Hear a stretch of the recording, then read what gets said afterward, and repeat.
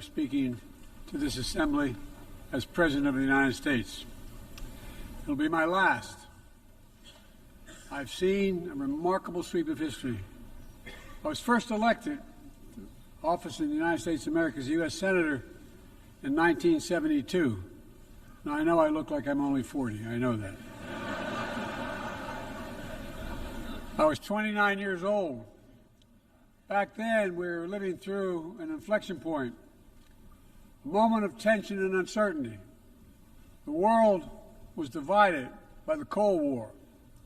The Middle East was headed toward war. America was at war in Vietnam. At that point, the longest war in America's history. Our country was divided and angry, and there were questions about our staying power and our future. But even then, I entered public life not out of despair, but out of optimism. The United States and the world got through that moment.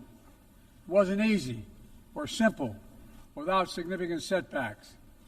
But we go on to reduce the threat of nuclear weapons through arms control, and then go on to bring the Cold War itself to an end. Israel and Egypt went to war, but then forged a historic peace. We ended the war in Vietnam. The last year in Hanoi, I met with the Vietnamese leadership. We elevated our partnership to the highest level. It's a testament to the resilience of the human spirit and the capacity for reconciliation. That today the United States and Vietnam are partners and friends. And it's proof that even from the horrors of war, there's a way forward. Things can get better. We should never forget that. I've seen that throughout my career. In the 1980s, I spoke out against apartheid in South Africa. And then I watched the racist regime fall. In the 1990s, I worked to hold Milosevic accountable for war crimes. He was held accountable. At home, I wrote and passed the Violence Against Women Act to end the scourge of violence against women and girls, not only in America, but across the world, as many of you have as well.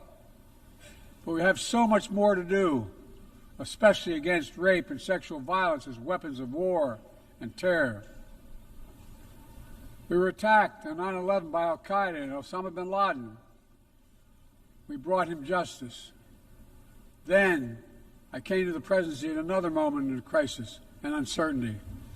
I believed America had to look forward. New challenges, new threats, new opportunities were in front of us. We needed to put ourselves in a position